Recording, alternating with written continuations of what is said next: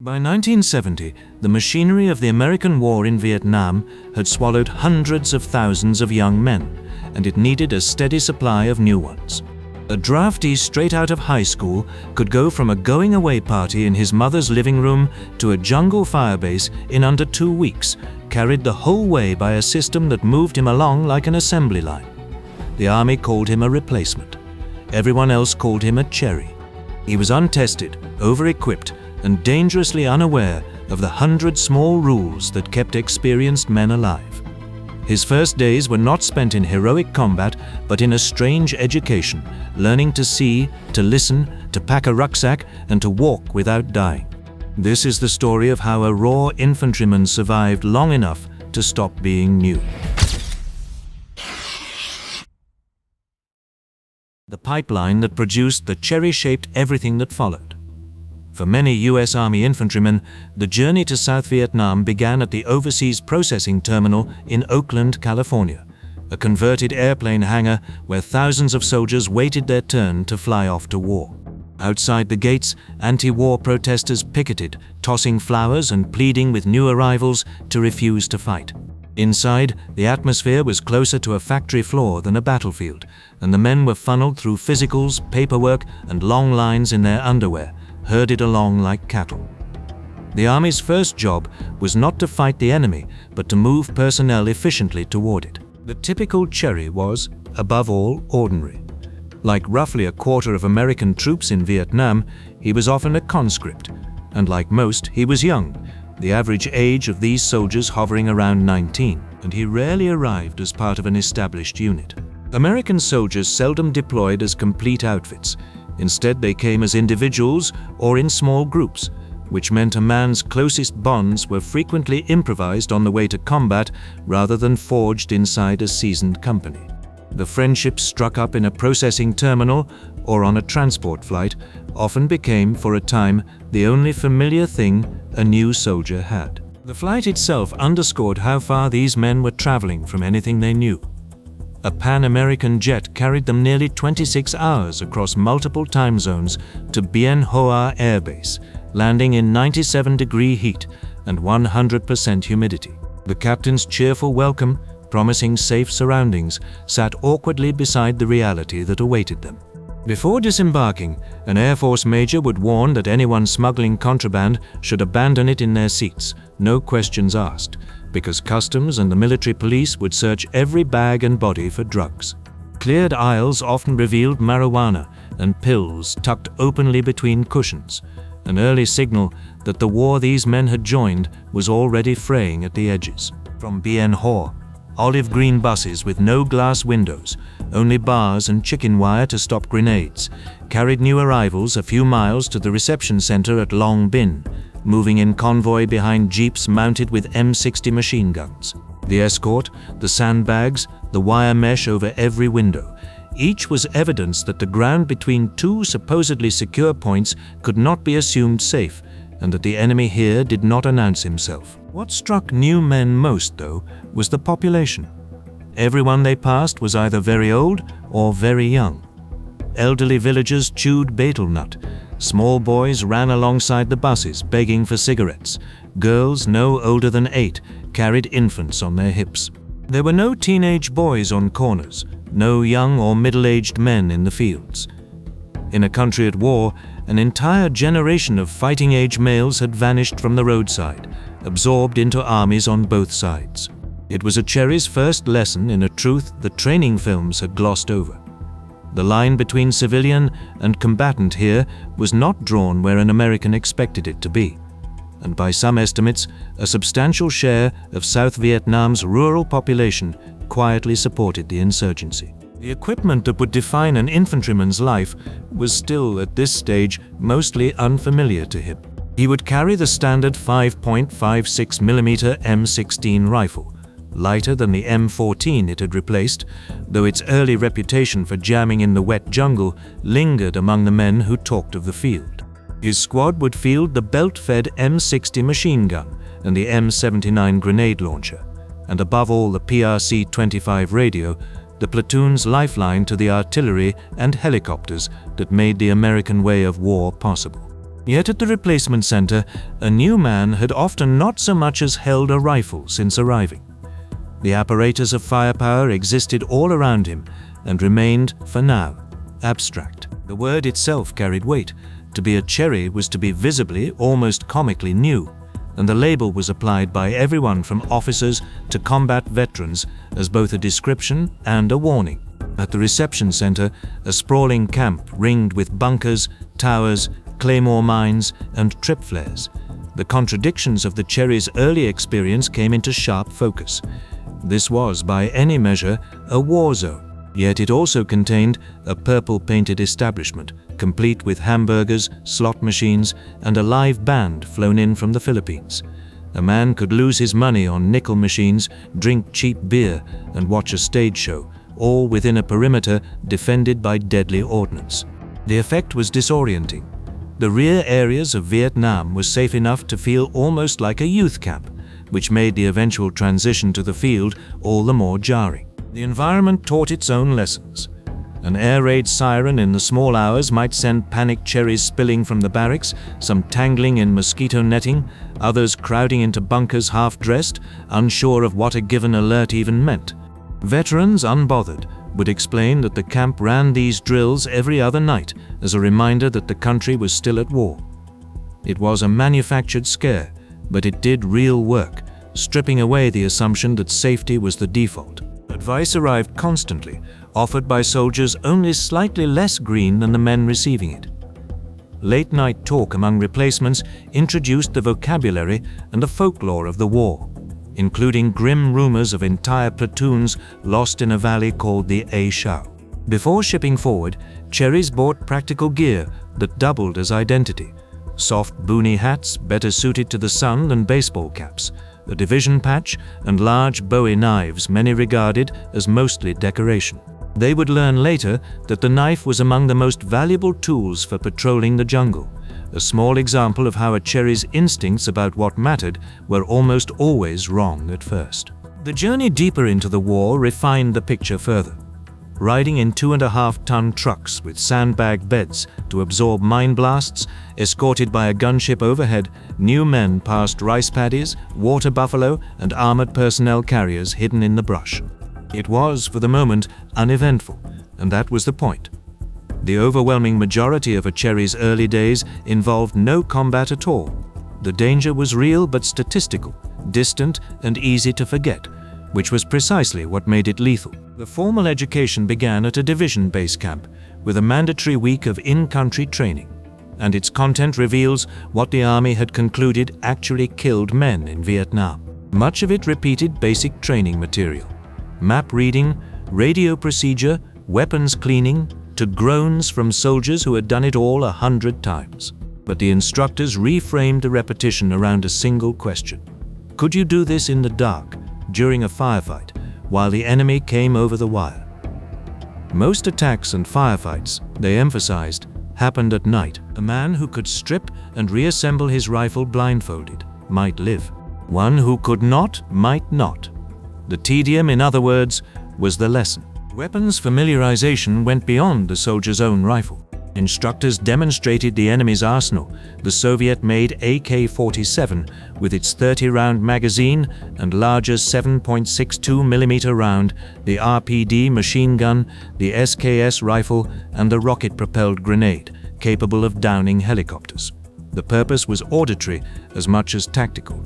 In a guerrilla war fought in dense jungle, soldiers would hear the enemy far more often than they would see him, and the ability to distinguish the pop of an AK-47 from the sharp crack of an M16 could decide in an instant whether the weapon firing beside you belonged to a friend or a foe. To drive the point home, instructors sometimes fired live rounds high over the seated cherries' heads, scattering several in panic, an embarrassment that was itself part of the training. The most sobering classes covered booby traps, which accounted for roughly a quarter of American casualties and represented the enemy's most effective answer to superior U.S. firepower. Instructors catalogued the threats: pressure release devices, the dreaded bouncing Betty designed to maim the groin, punji pits lined with filth-tipped stakes, and traps fashioned from the Americans' own discarded equipment. That last point carried a strategic lesson. A soldier who abandoned grenades, claymore mines, ration cans, or unexploded ordnance to lighten his load was, in effect, arming his enemy. The instruction was blunt: burn or bury what you do not use. Most such traps were meant to wound rather than kill, a deliberate choice, since a wounded man drained a unit's resources and drew unarmed medical helicopters into the open. Assignment to a rifle company brought a Cherry face to face with the war's underlying arithmetic. Outside a typical company orderly room, a board might tally the unit's body count by platoon, resetting each quarter, topped with a skull and crossbones. That board was a small window onto a much larger strategy.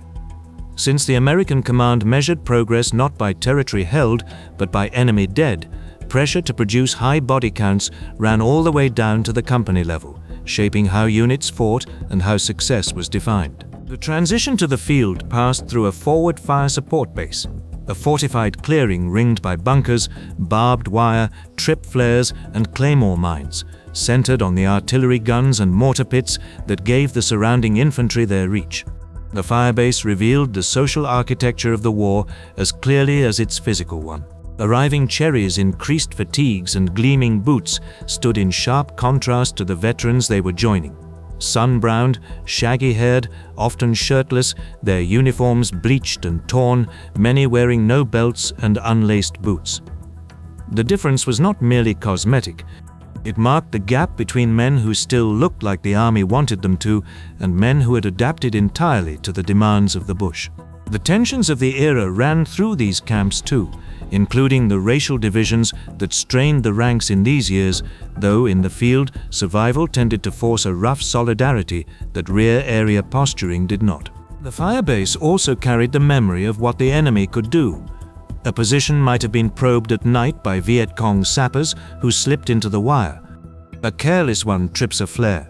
The perimeter erupts in a mad minute of massed fire, and by morning patrols find enemy bodies in the wire and blood trails leading away. Stories like this did the work no classroom could, translating the abstract dangers of training into the specific texture of a real place, these bunkers, that stretch of wire. The transition to the field was mediated above all by a mentor, and this relationship proved central to the Cherries' survival. Again and again, an experienced soldier would take a new man under his wing, and his guidance captured better than any manual what a Cherry had to unlearn. He taught the new man to fit and balance a rucksack that weighed around 60 pounds, to carry only a few days of rations and skip breakfast meals to cut weight. He ordered the Cherry to throw away his air mattress, which squeaked, his underwear, which chafed raw, his belt and socks, which invited leeches, ticks and blisters, and to tie his dog tags to his bootlaces so they would not rattle. Noise discipline, the veterans stressed again and again, was survival. They taught new men to smoke under a poncho liner so a sniper could not sight the glow, to distinguish outgoing artillery from incoming fire, and above all not to go into the bush imagining themselves the hero of a war movie, because that got men killed. The chain of command a Cherry entered was often more humane than the one he had feared. A company's executive officer might be a man who had led a rifle platoon through the bush far longer than the normal officer rotation before being pulled back to the rear, part of his job now writing letters to the families of the company's dead.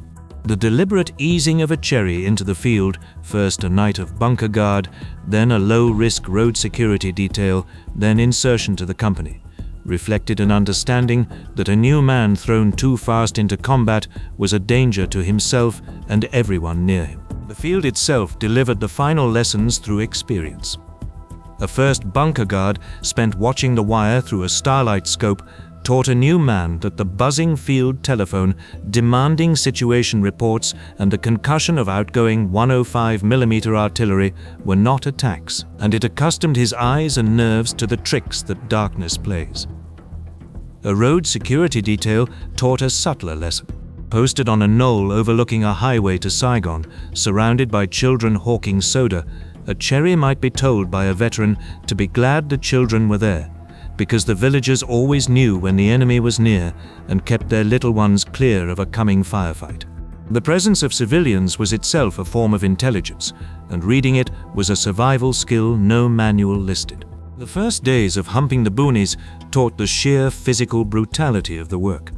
A company might travel only about half a mile in 2 hours through nearly impenetrable jungle, bent forward under 60-pound loads in heat that soaked every shirt within 10 minutes. Nothing in a young man's past, however athletic, came close to the bone-deep exhaustion. Cherries learned that rationing water, cushioning the straps with a towel, and rolling down sleeves against razor-sharp elephant grass were not comforts but necessities.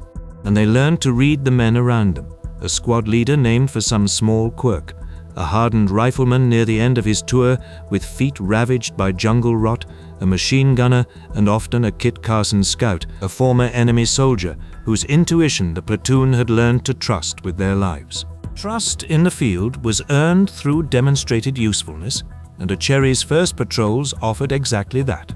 Tasked with reconnoitering a large unmapped trail showing fresh sandal prints, a squad would move cautiously through elephant grass rather than on the trail itself, precisely because well-used paths were assumed to be booby-trapped and watched. When a scout detected signs of a major enemy base camp nearby, the disciplined choice that defined the American way of fighting this war was not to engage a superior force with a single squad, but to call in an artillery fire mission, walking rounds onto the position until a secondary explosion suggested a hit on an ammunition cache.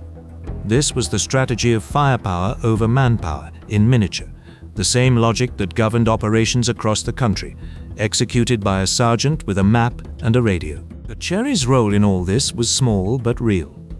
He might be taught to build a mechanical ambush, daisy-chaining several claymore mines along a stretch of trail with detonation cord and a tripwire, so that a passing enemy would trigger the whole sequence. The instruction was patient, the endless questions tolerated with the standing joke that a Cherry did not yet know anything. When the squad later heard the mechanical detonate behind them, the new man had helped build it. He had moved, in the space of a single patrol, from a liability to be watched to a set of hands that could do the work. Those patrols also displayed the discipline that separated a functioning squad from a dead one. A neighboring unit, elated at finding a handful of enemy bodies, might grow careless and noisy on the way back to its position, walk into an ambush, lose half its patrol, and leave its dead and wounded behind. It was the kind of lesson a Cherry absorbed by proximity. Noise, carelessness, and overconfidence killed as surely as the enemy did. Acceptance came in increments rather than in any single moment of glory. It came when a veteran who had scolded a Cherry for wasting water later explained, without prompting, why the men wore towels around their necks. It came when a medic treated the elephant grass cuts on a new man's face and called him by a friendly name. It came when an old hand defended the Cherries against another's contempt by reminding him that every veteran had once been just as scared and ignorant. And it came in the small ritual with which a soldier might end his first full day in the bush, raising a canteen cup of cocoa in a private toast, marking off one day survived with hundreds still to go. That arithmetic, the fixed 365-day clock, was itself part of what made an American soldier's war distinct. He was not fighting to win a country, but to survive a year. And every veteran around him was counting down the same way. By the close of these first days, a Cherry was no longer entirely new. He had learned to see in the dark, to move quietly, to distrust trails and open cans and unfamiliar sounds, to carry an unbearable load and ration his water, and to lean on the men beside him rather than on any illusion of individual heroism. He had not become fearless, and the veterans would not have trusted him if he had. He had simply absorbed enough of the unwritten curriculum, taught by mentors and enforced by the indifferent jungle, to be counted as one of the squad. The label of Cherry faded not through a single rite of passage, but through accumulation, one patrol, one lesson, one survived night at a time, until the day he would find himself squaring away a frightened newcomer of his own. The first days of a Vietnam War Cherry reveal a paradox at the heart of the American experience of the war. A soldier could be delivered to the battlefield in under 2 weeks, yet almost nothing the army taught him at home prepared him for what survival actually required. The real education happened in-country, in booby-trap classes and bunker shifts, and the profane instruction of men only months ahead of him, and it consisted mostly of unlearning, discarding gear, discarding assumptions, discarding the cinematic idea of war. The Cherry became a veteran not by proving his courage in a decisive battle, but by mastering 100 small disciplines and earning the trust of a squad that depended on him. It was an unglamorous transformation, measured in days survived rather than victories won, repeated one frightened teenager at a time across the length of America's longest war.